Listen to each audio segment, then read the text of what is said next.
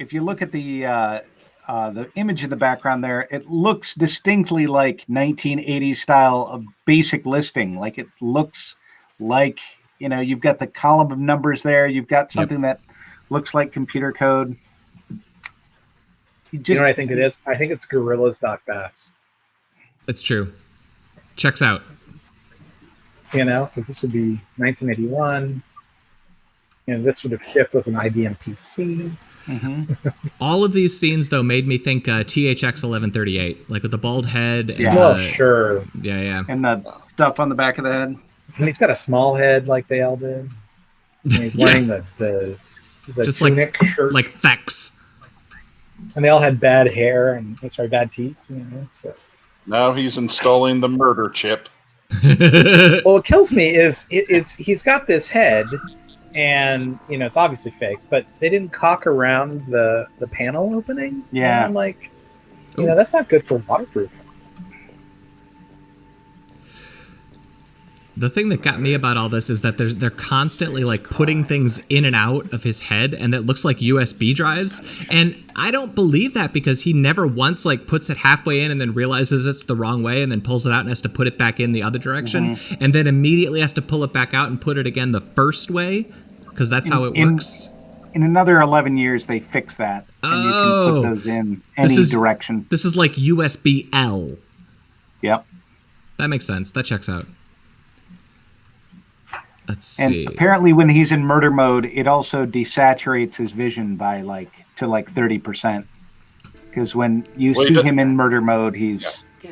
Yeah, you don't need all those colors if you're going to kill people. Yeah, there he is. Yep. Murder mode. But also, Sweet Corridor. Check it out. Oh, that's the whole set right there. Yep. You got the... it's probably a matte painting. Tripping panels. That ain't a matte painting. Nobody painted a matte painting for this. Maybe it's actually, you know what it is? I bet you it's a mirror. Yeah. It's reflecting the same thing back. I buy that. Oh, he's so strong. Smash. Yeah. So strong he broke glass. Oh, look at that. He bent paper. That door. That door made out of cardboard. This is where he earns his 404. Couldn't he have just unlocked it? I mean, isn't he one with the ship at this point? Yeah. No, he's too mad, man. He's got to kill people. He's not mad. He's a robot. Oh. Yep. This is also, again, the violence here is a little what exactly is he doing to him that kills him there? Pause. So if you break someone's neck, can they still arch their back? Doesn't check out. So what you're saying is that maybe the director of this movie did not have a basic understanding of anatomy? Or they just didn't care. Oh, yeah, I buy that too. Let's see. We're going up to the twist.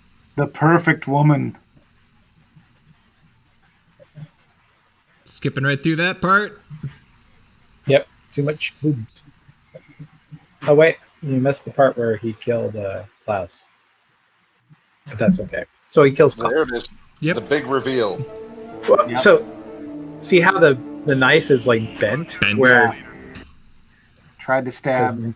Because he tried to stab him. Mm-hmm. And Max's metal endoskeleton repelled the knife. He's powerful. And there it is. And that's pretty amazing right there. I do love that. And I love even more how they get rid of the head. Oh, yeah. Because if you live in a futuristic space station, you clearly have head disposal units just available in your gynecology server room. You have androids, not me. I'm not an android. It's just kind of a good effect for the time. It actually is not bad. He's just wearing a green suit. Here we go. Just put him in a drawer. Yeah. I like how it's got a little foot pedal. Little foot pedal, yep. What's in the box? What's in the box? I love that. I think that's I great. do too. Yeah. That might have been my favorite thing in the whole movie. Oh, it's here, I know what to do with this. Cabinet. Donk. into the compact. And how long will it be before someone finds his head in there? Will it be days, months, years? Oh, they I'm ever sure find after his they head? move out, they just recycle the thing, throw it in the sun. I mean, Oh, we don't need another bowling alley in space. Tight. Max. Look at that. The Popo. These are the worst space police helmets. Yeah, that looks like Yeah. that looks like someone took a football helmet and garbage like, hey, bag. made it lamer. What if we took 3 football helmets and just sort of mashed them together? and we put a clapper board with a red LED on their back. Well, that's the last note that I had on the list is that Max is credited as himself. Yes. So there, I did put a couple of other things over there in aisle G and in row G, column G. Colin G. So, first of all, there's a movie called City Limits, which is like a post-apocalyptic people on motorcycles movie that was done by the same director. But then, I think it's possible that Blade Runner is actually the sequel to Android. So Max and Cassandra go back to Earth, right? Wait for it. Yep. And he changes his name to Roy. She changes her Sure. name to Pris, right? And then they're hunted down by real Han Solo, not fake Han Solo, and that's the next movie. So you're saying that this is part 1 of the Blade Runner trilogy? Mhm. That's yes, exactly. All right. I mean, that checks out. It's the prequel. I mean, checks out. you guys remember the scene in Blade Runner 2 where in Blade Runner where Roy Batty goes on about the bowling alley and the swimming pool near Tannhauser Gate, right? This is it. This is the famous swimming pool of the Blade Runners around Venus. That's right. So, Chris, thank you for making us watch that movie. Yeah. I'm so sorry. Actually, I mean, for a bad kind of movie, I mean, it's actually pretty entertaining. I'd never seen it before. And given it's 1982 that they did this, I mean, it's kind of remarkable. What they pulled off in 4 weeks and then 3 weeks of editing. Yeah. I mean, they this made is $1 million in 7 weeks. I don't know. I mean, okay, let's be realistic. I don't think we could do better for $1 million in 7 weeks. We can't even get this live stream to go 55 minutes without cutting in the middle. Well, I don't know. I figured you would want to change our setup again and go to Zoom, and then go to Skype, and then try out Blue Jeans, and then WebEx. I mean, Facebook Messenger. I think we could make a more coherent story overall than Android. I mean, it was the main story is kind of neat, right?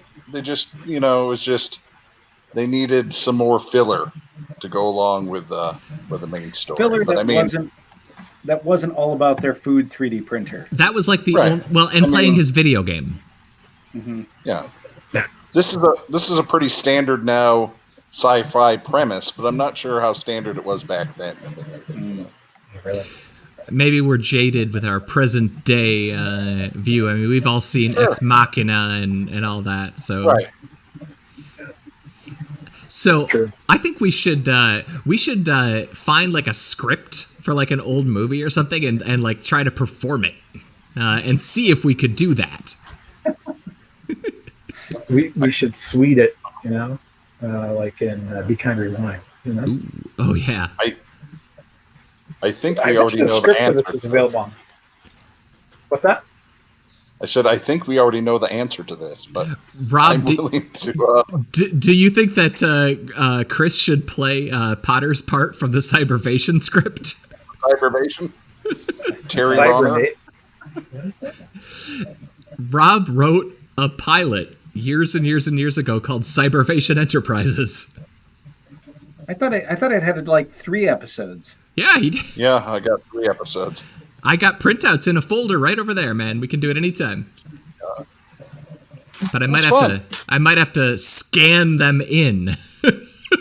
just turned out we weren't very good actors. Right. Right.